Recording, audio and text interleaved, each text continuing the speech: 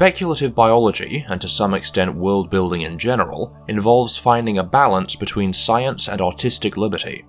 Some projects prioritize realism and logical consistency to make the world feel more believable, whereas others are more willing to invoke hand-waving for the sake of spectacle. Both of these approaches have their own merits and are equally valid. There's no wrong way to world build, as long as the project meets the goals that the creator has set out for it.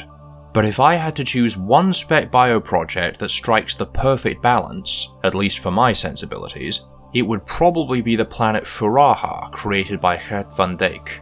Along with CM Kazim's Sniad, Furaha was one of the first speculative biology projects that I ever came across, and introduced me to the idea that real-world principles of biology could be applied to purely hypothetical alien life.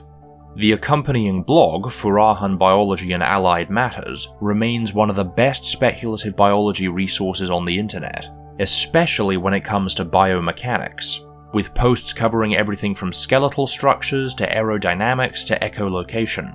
In fact, Gert was the one who first coined the term centaurism, which anyone who's watched Alien Biospheres will be very familiar with. However, Gert has never revealed the full scope of his world, the website only featuring pages on the planet's astronomical characteristics as well as a handful of plants and animals, as he's been steadily compiling everything relating to Furaha into a book, which I and many others have been eagerly awaiting for over 15 years at this point.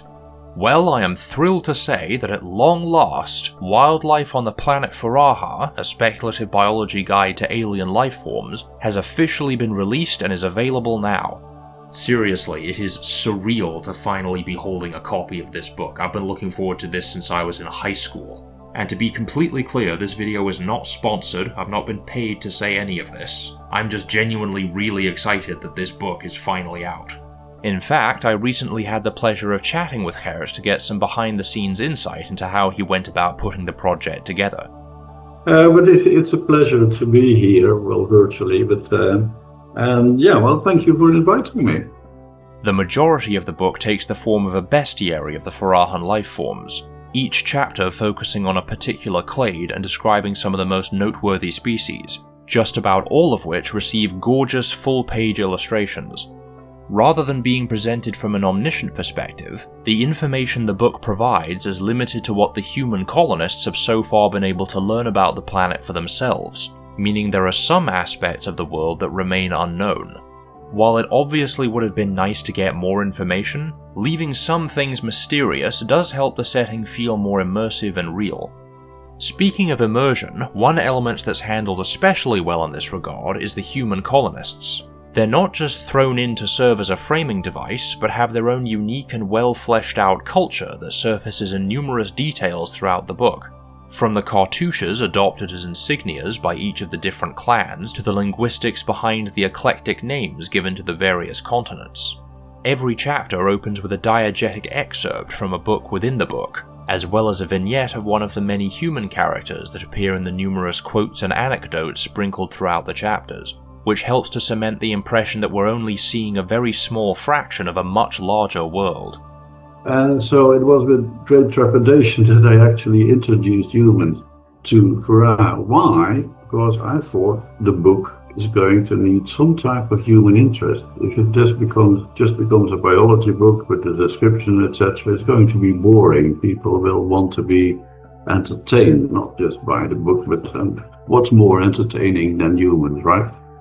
With their antics. And since I've worked in a university setting my entire life, that's a setting I know quite well. And although everyone in the university takes themselves in the university very seriously, if you take just one step back, you will find out there's a lot of human antics to be observed there, with people going on about the status, almost strutting as if they were peacocks, etc., etc. So I couldn't resist that. With Earth still recovering from climatic and ecological ruination, the humans on Furaha have thankfully learned their lesson and have resolved not to repeat the same mistakes on this new planet. As one of the diegetic excerpts says, "Never again will natural history be subordinate to human history." I wanted something in which somehow humanity would not overrun each and every planet in sight, so there had to be some checks in there. in a few centuries' time, when all this is taking place, these people will probably come from a culture which have gone through a bottleneck, probably not very pleasant bottleneck, and they should still be influenced by that. And perhaps this second round should not try to destroy everything in sight. Hence the slightly low-key, slow rate of progress and sometimes almost 19th century type of attitudes to things.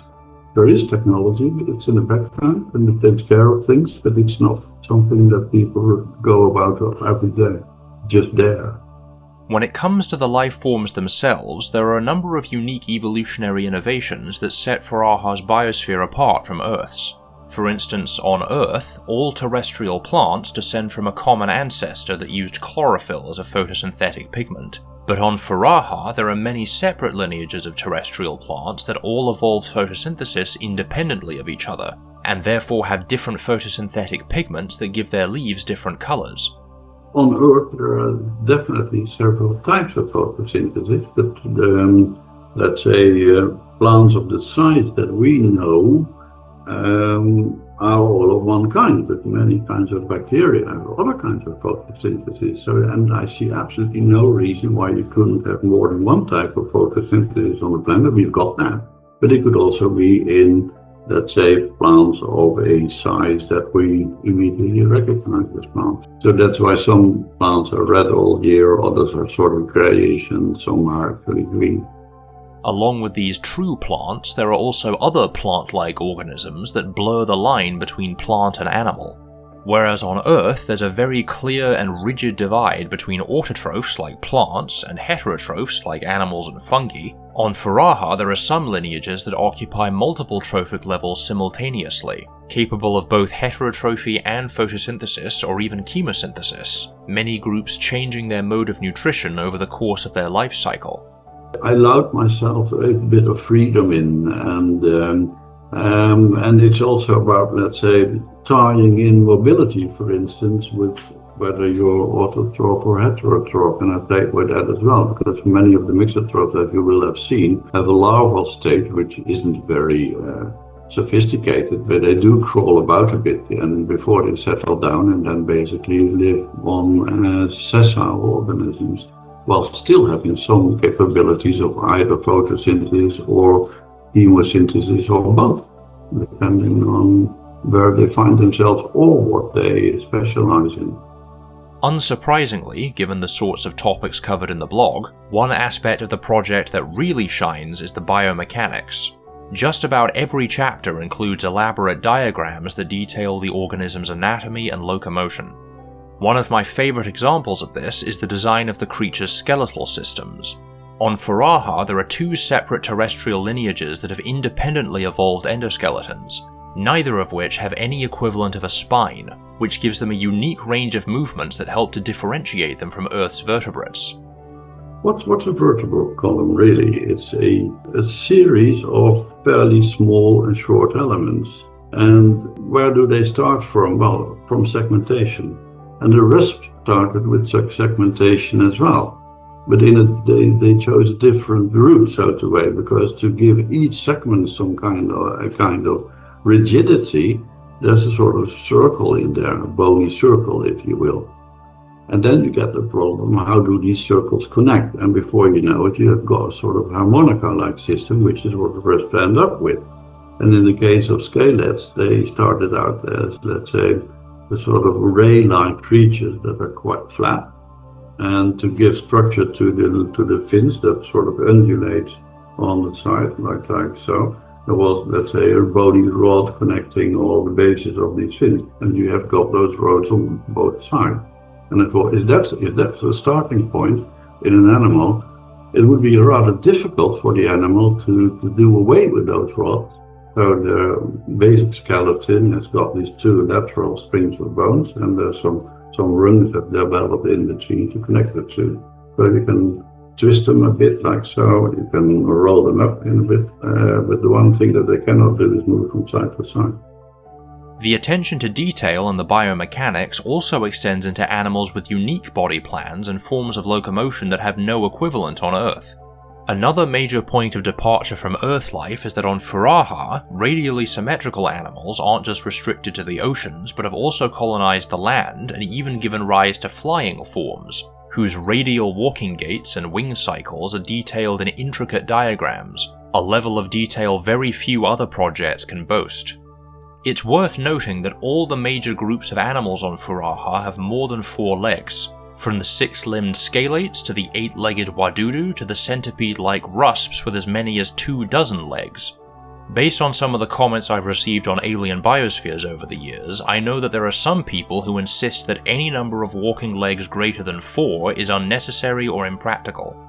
They point to the fact that tetrapods on Earth get along perfectly well with only 4 legs, so any additional legs would only be a waste of energy. However, neither Gert nor I find this line of reasoning to be particularly convincing. I think it's one of those arguments that comes down from what we have on Earth is obviously works, which is true, nobody can deny that, but it's also just we've only got the one observation, and doing statistics on one observation is usually not very wise. But if these people say the rule of 4 legs applies to large animals, my next question is why?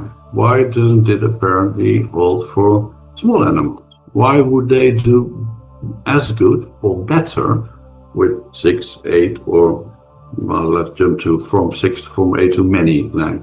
People might think that if you are very small, just a few milligrams, etc., that life might be easier and there's enough energy to spend on superfluous legs. I disagree. I think that life for insects and spiders and what have you not is as difficult as it is for larger organisms. There's always a race with metabolism and what you spend it on. I don't see any evidence in smaller animals to reduce the number of legs, and I also see no evidence in larger animals on Earth to reduce their number of legs. So I think it's much more a question of what's the basic set, what's your Bauplan, as the Germans call it, what is that, and you're more or less stuck with it. This approach underlies one of Furaha's major strengths as a project. Rather than assuming that the body plans we see on Earth are in some way inevitable and that all life in the universe will converge on them, the various phyla are allowed to develop in their own unique and interesting directions while still staying within the limits of biomechanical feasibility, which to my mind is when speculative biology is at its most interesting. In short, Furaha is a fantastic example of how scientific rigor can be used to make a fictional world feel more cohesive and immersive, and a great addition to the pantheon of spec bio classics. You can follow the links in the description to get a copy for yourself or to check out the website and the blog, and you can watch my full interview with Gert on Patreon. As I say, I've been a fan of his work since I was in high school, so getting the chance to talk with him and read through the finished book was a dream come true. And as always, a massive thanks to all the patrons, whose continued support makes videos like this possible. Thanks for watching, and I'll see you in the next video.